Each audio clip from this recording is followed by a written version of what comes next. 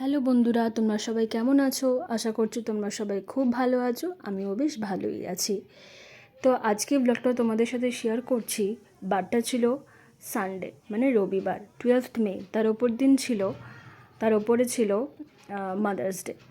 তো জানেন তো, আমি মনে করি যে মাদার্স ডে কোনো স্পেশাল দিন হয় না, প্রত্যেক দিনই মাদার্স ডে। আর সবথেকে বড় কথা, নিজে আরও বেশি উপলব্ধি করতে পারলাম যখন নিজে এই জায়গাটায় এসে দাঁড়িয়েছি। প্রত্যেকটা টাইমে এটাই চিন্তা থাকে যে ছেলের কীভাবে ভালো হবে, ছেলের কী করলে ভালো হবে। তো এটাই হচ্ছে মা। মায়ের যেরকম কোনো বিকল্প হয় না, সেরকমই মাকে ছাড়াও চলে না। তাই জন্য তোমাদের সাথে শেয়ার করলাম কিছু সুন্দর মুহূর্ত মাদার্স ডে উপলক্ষে। জানেন তো, মাদার্স ডেতে আমি আমার মাকে খুব মিস করি, কারণ তার সাথে সর্বক্ষণ যখন কাটিয়েছিলাম মাদার্স ডে। এখন যেহেতু যেতে পারি না সেরকম কাজের জন্য, বা টাইম হয় না, তখন মায়ের কথা আমার খুব মনে পড়ে। কিন্তু সেই জায়গাটা ফুলফিল করে আমার শাশুড়ি মা, ভালোবাসা দিয়ে, যত্ন দিয়ে। তো চলো, আজকে একটা ব্লগ তোমাদের সাথে শেয়ার করছি। কোথায়? আভনি মলে। এই যে তোমরা দেখতেই পাচ্ছ, আমি একদম তৈরি হয়ে বসে আছি। আর এদিকে আমার ছেলে 3:45 অবধি জ্বালাতন করে এখন সে ঘুমাচ্ছে। কী করব সেটাই ভাবছিলাম। তাড়াহুড়ো করে তাকে টেনে উঠিয়ে রেডি টেডি করিয়ে চললাম বগলতলায় নিয়ে আভনি মল।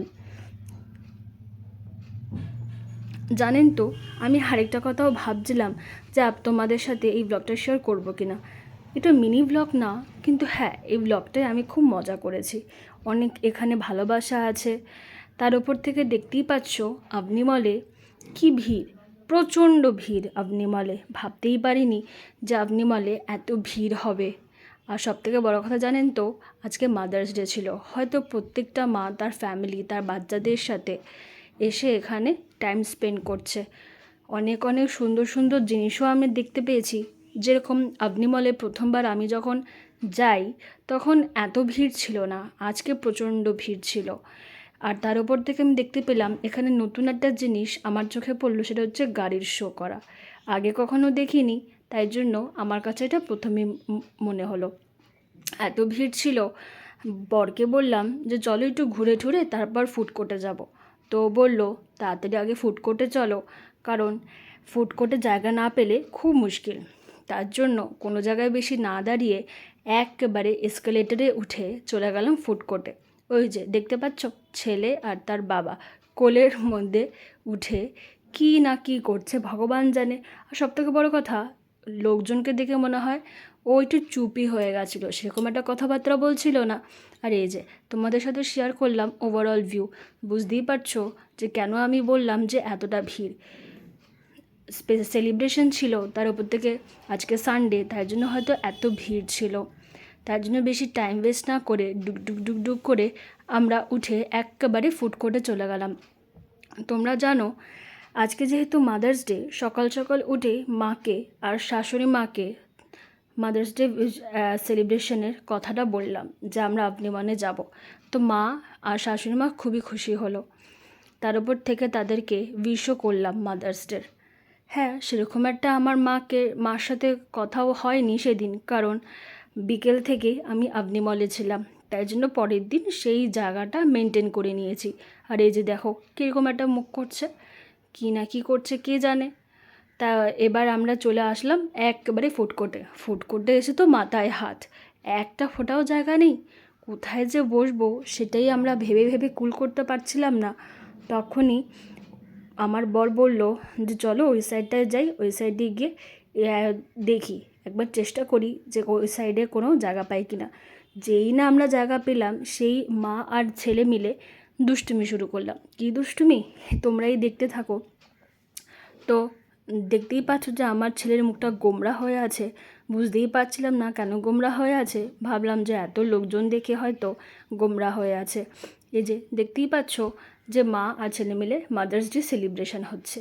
এই মাদার্স ডে সেলিব্রেশনের চক্করে আমি একটা কথা তোমাদেরকে বলতেই ভুলে গেছি, যে 12th মেতে আমার ননদ তার বরের বার্থডে ছিল। ভেবেছিলাম তাদের সাথে টাইমটা স্পেন্ড করব, কিন্তু যাই হোক কোনো একটা কাজে সে ব্যস্ত হয়ে পড়ে, তাই জন্য আমি আর তার সাথে টাইম স্পেন্ড করতে পারলাম না। কিন্তু হ্যাঁ, সেটারও ব্লগ আমি তোমাদের সাথে শেয়ার করব যখনই আমরা সেলিব্রেট করব। এই যে দেখো, নাচার কোদার চোট, নাচা কোদার চোটে আমার লিপস্টিকটা দিলই চিরিয়ে। যাই হোক, তার সাথে মজা করতে করতে কীভাবে যে টাইমটা চলে গেল বুঝতেই পারিনি। এই ফার্স্ট মাদার্স ডেটা আমার ছেলের সাথে সেলিব্রেট করে বেশ ভালোই লাগলো। এই নাচন কোদন করতে করতে আর ভিডিও আর ফটো তুলতে তুলতে চলে আসলো খাবার। খাবার কী খাবার তোমরা কি গেস করতে পারো? দেখো, আমি পিৎজা অর্ডার করেছিলাম, কারণ আমার পিৎজা খুব খেতে ভালো লাগে।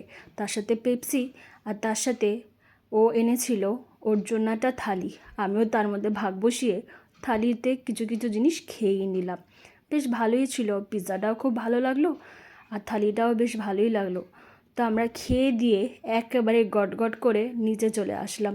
অনেকটা রাতও হয়েছে, তার ওপর থেকে বাইকে এসেছিলাম, তাই জন্য বেশি আর টাইম ওয়েস্ট না করে আমরা একবারে বেরিয়ে পড়লাম।